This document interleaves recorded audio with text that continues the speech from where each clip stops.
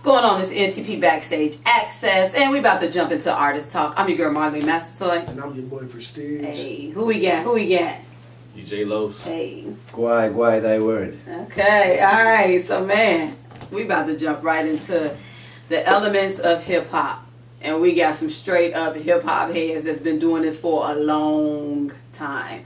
So, just briefly in like a elevator pitch, you know, what has been your contribution to hip-hop?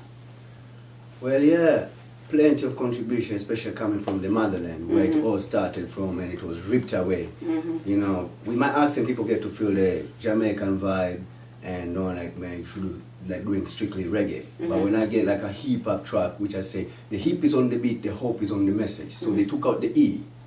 For years, that's just a hip-hop. And that is just self, me didn't study that anywhere, so I come to overstand KRS-One, and then till today, that at the end of the day, it's like you see them in documentaries of hidden colors, like really teach us like, oh, that wasn't just, you know what I mean, hip hop to the deep to the nah, it was a movement, you know. So that's there, but it's been, you know, it's been genreized, which like the brother Black was talking about, like which genre, because we create the genre. Seeing, so it's like that's what I'm saying. There's an E that was missing, and it, you know, it never felt.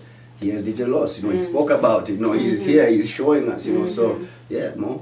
Ah, love it. What has been your contribution to hip-hop, and what do you feel missing? My contribution is It's a lot. being a part of it. Yeah, And, like, you know, DJing, you know, being a DJ, I'm in tune to sound and, you know, different frequencies. And that's my love, you know what I'm saying? Like, I'll hear an old record, and I'll say, oh man, I like the frequencies in that. I want to sample that. I want to chop it up. I want to make a beat out of it, and I want somebody to rap over top of it. So those type of things is what I have to bring to the hip hop. So. Yeah. Presteeje, you want to jump in there? You want to double dutch in there? What do you think is missing in today's current state? You know, they got the ball, they doing what they want to do with it, but what you think is forgotten? Well, in anything that you do in life, period, there are fundamentals. And I think they're not in tune with the fundamentals of hip-hop because, for one, they don't have respect. Okay, they don't have respect for the people who paved the way for them to do what they're doing. And so that this generation, I don't understand it, because the generation I came from, we never would just the Isley Brothers or the OJs or not, you know, maybe that wasn't what we wanted to listen to, but we never said, you know, they're garbage or you know, we knew that our parents listened to that. You know what I'm saying? And so this generation that I'm seeing emerge, they diss the people even in the same genre that made, like the hip hop genre. They diss Tupac, they diss Biggie. And I can't understand that, because these guys are the greats. Tupac is the biggest iconic rapper that ever lived. Yeah. How can you say he's whack? Yeah. You know what I'm saying? Yeah. So, and then to compare it to what you have to offer, I'm like, so you think what you're doing is great? So it's a lot of irony there. Yeah. But there are always fundamentals in anything. So in hip hop, you got DJing, b-boying, MCing, graffiti, and the last is knowledge. Those are your 5 elements of hip hop.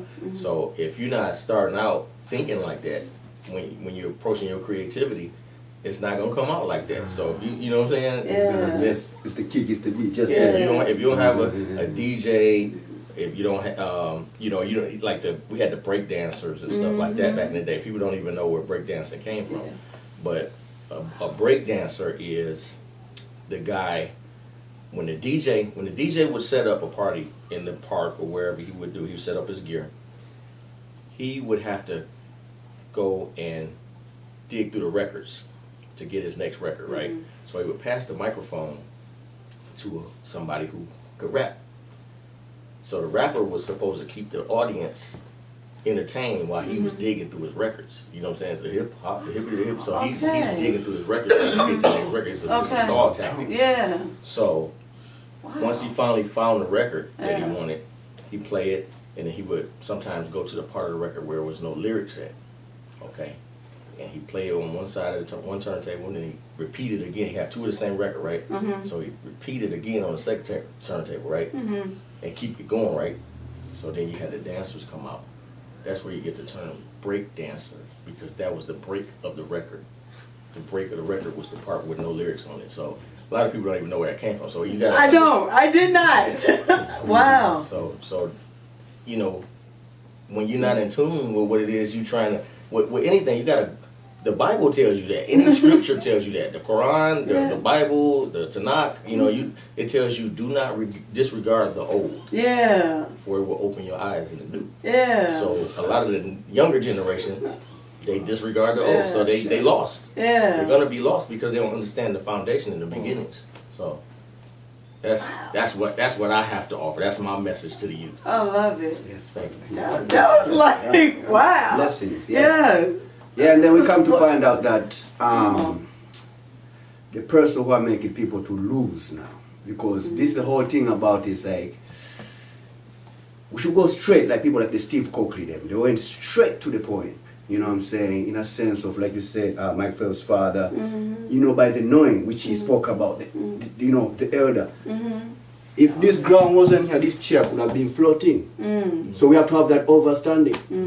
I didn't speak before, so that time going forward, but the issue has become like this issue of cooperation.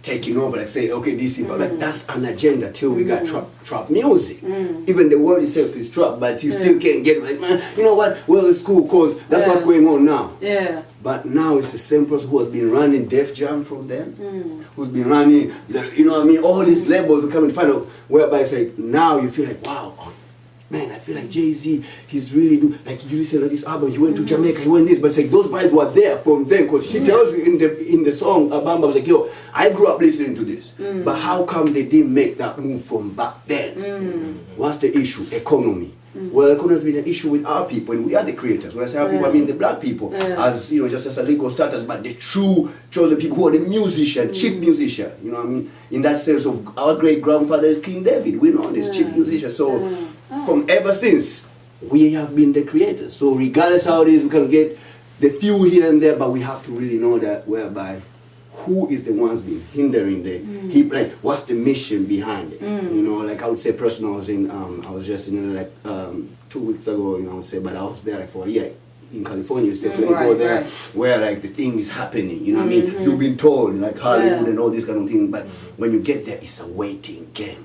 And then you can't find out that you are the product. So who am I waiting for? Right. Who am the product? Who? Agent, manager, Mr. So-and-so, Mrs. So-and-so, or somebody, John, Jenny, or Michael. So the realization comes in like how say, the elder. So then you sober down, you know, you look at it and say, oh, you know, what's really going on? But again, hip-hop will never get to die. We multiply. All right. Yeah, we multiply. Hey, real quick, I need you to tell everybody in your own language. Just 1 minute of what we talking about. 1 minute. Come on, talk to me. Your own language. Talk. Tunashukuru Mungu kuwepo hapa NTP. Mimi naitwa Gwaii, hapa tuko na kaka Los, tuko na dada Marline, tuko na kaka Presteeje. Tunaongelea kuhusu hip hop, muziki wa hip hop, kwamba tunaelewa sanaa ni sisi. Sisi kama wasanii ndo tunaotengeneza, lakini wale wanaokula ni watu wengine. Kwa hiyo tunaulizana watu kwamba kwa nini hip hop ilipo na inapokwenda na kitu gani kinatokea hapa katikati, nani anafanya hip hop isifike pale na nani anafanya hip hop ikae hapa. Kwa ni sisi wasanii tujuane na tufahamu kwamba sisi ndo hip hop. Where you from again? Tanzania. Yeah. Shout out to Tanzania. East Africa. Oh, yeah. Oh, I'm coming. For real. All right. Well, this has just been an introduction. We're going to get back on this again because this is very important. We got to connect. We got to come together. We got to create some unity. But again, it starts with you got to respect your elders, period. Hands down. So it's hitting all the way around the surface, all the way around the board, even in schools. So tell my students, y'all gonna get right. So anyway, again, it's been NTP Backstage Access. We got Quan behind the camera. He been a little quiet today, you know. I think it's that 420 effect. I don't know. I didn't mean to say it like that. But, it's that new promotion alert. Oh, okay. And I've been running wild at work, man. Okay. All right. So, NTP Backstage Access, Marline, Massasoit. Massasoit. Prestige. Hey. DJ Los. Yep. Gwaii, thy word. Yeah, yeah. Boom. Boom. We out.